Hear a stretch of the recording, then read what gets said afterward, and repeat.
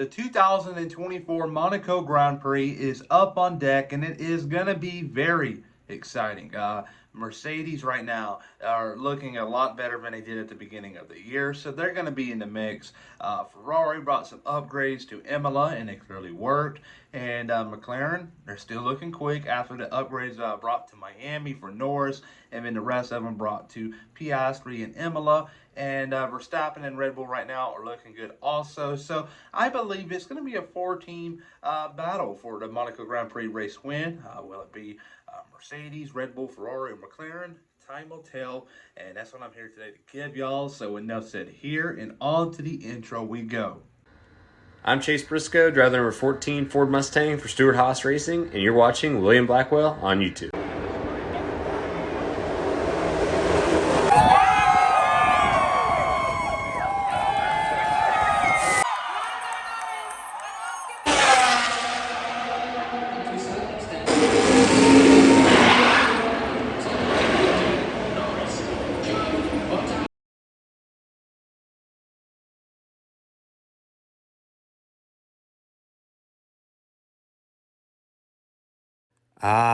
The Monaco Street Circuit, one of the greatest races of the year, as it is Formula One's crown jewel event. Every single driver on the Formula One grid wants to win this race. It's a very big deal. It is 78 laps, and it's going to all be decided on Saturday afternoon in qualifying. Because if you start on pole, you have a really good chance of staying in first place. I don't care how quick or slow your car is. Track position is key.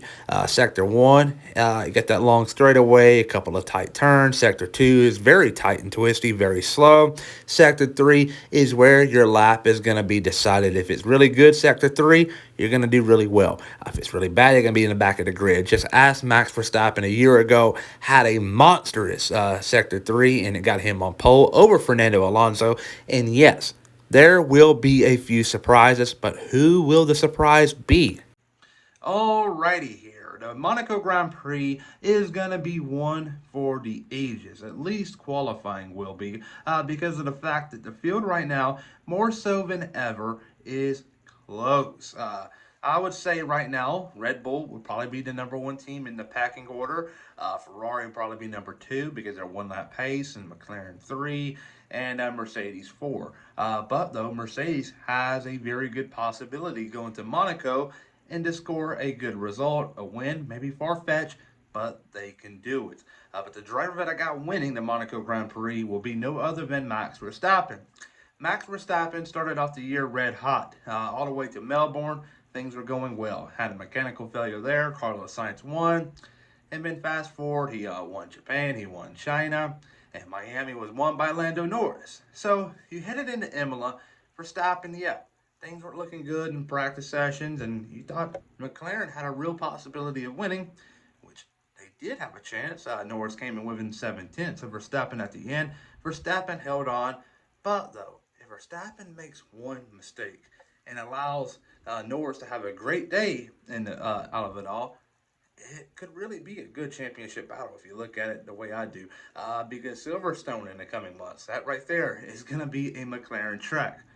Belgium, Budapest, those tracks right there are going to suit this McLaren car, and it's going to get very interesting.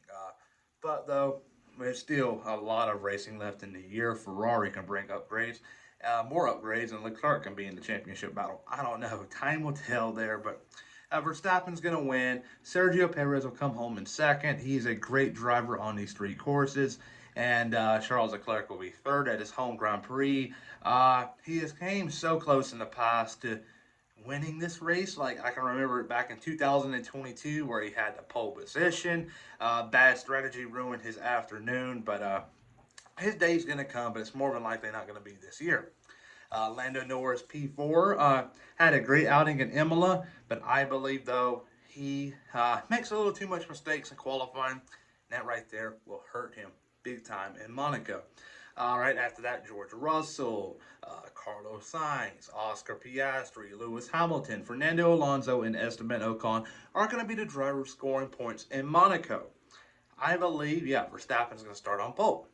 Nico Hulkenberg, P11, a great outing for him in the Haas F1 team. He is building up a lot of momentum right now. I know it's far-fetched, long down the road. Could Nico Hulkenberg win a race with the new Audi team in 2026? I believe his pace right now in 2024 is extremely good.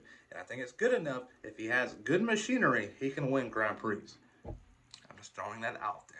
All right, P12 would be Pierre Gasly, 13 would be Sonoda, Magnussen, Ricardo, Bottas, Joe, Albon, Sargent, and Lance Stroll, the king of Aston Martin. Lawrence Stroll is defending his son Lance Stroll, an extremely all-time high, and I believe the pressure is starting to get to them. But he head into Imola, he scores some points, so I believe he's going to head into Monaco with the big head and will struggle a bit. But there you go, there, Monaco. It's going to be a epic race weekend because I'm a motorsports fan. I love Formula One, but there's more to it than just F1. You're going to start off the morning in America with the Monaco Grand Prix, the Indianapolis 500 later on in the afternoon. Going to be very exciting there. And then he ended out the afternoon with the Coca-Cola 600, the NASCAR longest race of the schedule. It is going to be a very exciting race weekend. So stay tuned for my Indianapolis 500 and Coca-Cola 600 predictions because they will be out tomorrow. But enough said here. Please like and subscribe, and everybody have a great day.